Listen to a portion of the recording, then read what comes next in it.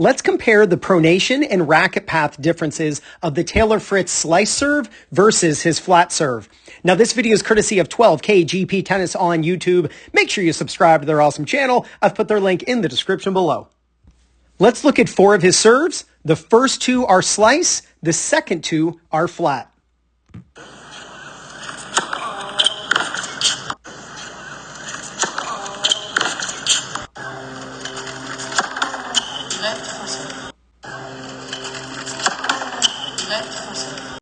So on the left here, this is his slice serve, and on the right, we're looking at the flat serve. The first thing to know is that you're going to pronate on all serves.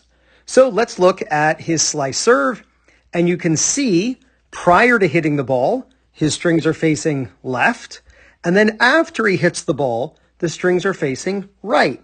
Then we look at his flat serve, we can see that his strings are facing left, and then his strings are facing to the right.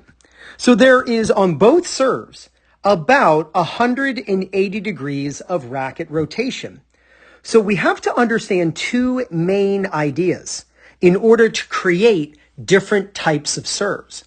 We have to understand how much of the pronation is occurring prior to contact versus after, and what is the racket path during contact. Well, let's look at the slice serve first.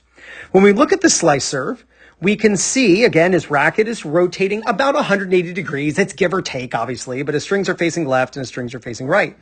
Well, how much of that 180 is prior to contact versus after? Remember, it's got to equal 180.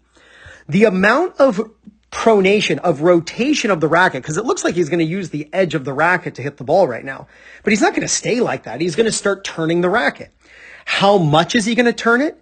He's going to turn it about 80 degrees. So he's going to rotate the racket about 80 degrees to contact. That means the front edge, the right edge of his racket, is going to be at contact about 10 degrees in front of the left edge. What does that produce? It produces the strings facing out wide. Remember, this was the serve that went out wide and pulled the opponent off the court.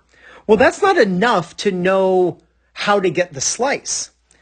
Believe it or not, he's actually swinging as he's hitting this ball toward this WTA sign in the background. Watch how his racket, as he's hitting and exiting the shot, that's before contact, during and after, he is swinging off to the right toward this WTA sign.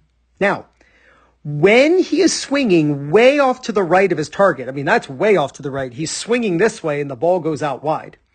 When he swings off to the right, and then he's only rotated his racket about 80 degrees to contact, which means prior to contact, his racket rotates 80 degrees, which means after contact, it's rotating 100 degrees, which is what? A total of 180. What that means is that his racket's traveling to the right as his strings are facing to the left. When he does that, that produces the side spin. Spin is created when your strings face in one direction and your racket travels in a different direction. Let's take a look at his flat serve. Here's his flat serve, and remember, his racket is going to be rotating from left to right, the same thing as the slice. But the important thing to notice now is how flat into the back of the ball he's hitting. He has not led with the right edge of the racket, this front edge, for a super long time, but he's rotating the racket slightly earlier. Why? Because he's trying to hit a flat serve with very little spin. He's trying to absolutely blast this serve. This serve goes down the tee, by the way. It tips off the net, but he was hitting a first serve right down the tee. And I want you to notice that prior to contact, he has about 90 degrees worth of rotation. And then after contact, he has about 90 degrees of rotation, which gives us what? 180. You're going to pronate the same amount during the serve.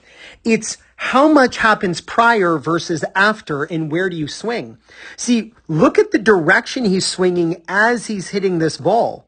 He is swinging more toward this logo, which is in between the lines judge and this WTA sign.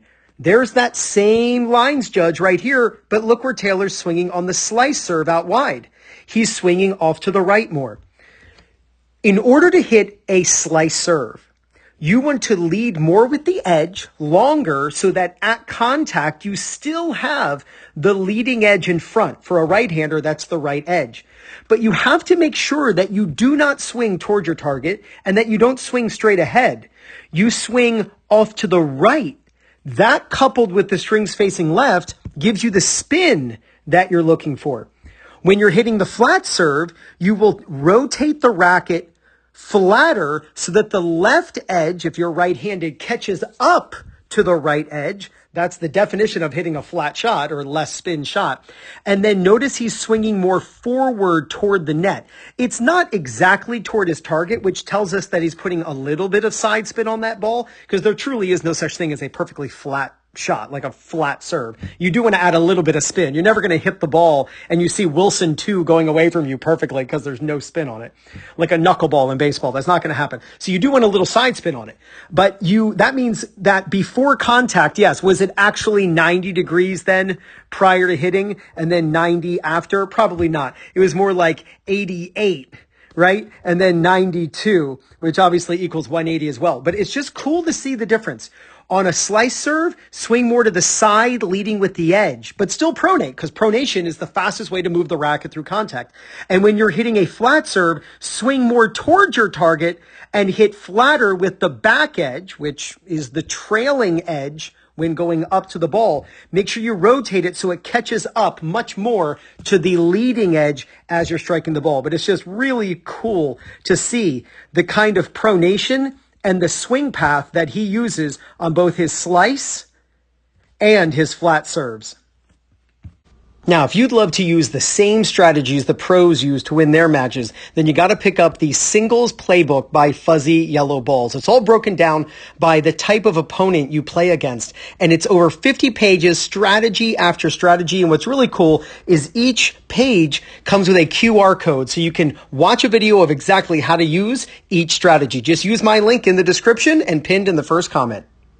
And if you're looking for people in your local area to play matches against or practice with, maybe you want to find a local league at your level, or you want to find a coach who's close to you who can help you with your game, then use my link for PlayYourCourt. And it's playyourcourt.com/2-minute-tennis. When you use my link to sign up, you get 50% off. Go out and film your serve. Hit some slice serves. See if you're swinging, if you're right-handed, off to the right of where you want the ball to go. And make sure that you lead with the edge for longer. You're still going to pronate. It's just at the exact moment you're contacting the ball, you haven't pronated fully to the left edge if you're right-handed, catching up to the right edge. That means you're leading with the right edge, you're swinging to the right, and that puts the spin that you want on a slice serve. And film yourself hitting flat serves and see if you're swinging much more toward the direction you want the ball to go. If you're right-handed, still swing slightly to the right of your target because you do want to add a little bit of side spin, but you'll still pronate. It's just the difference in the racket angle versus the path of the racket is different. So work on your slice and flat serves, and there's no doubt you're going to gain confidence, win more matches, and play much better tennis. This is Ryan Reedy from 2minutetennis.net. You got this.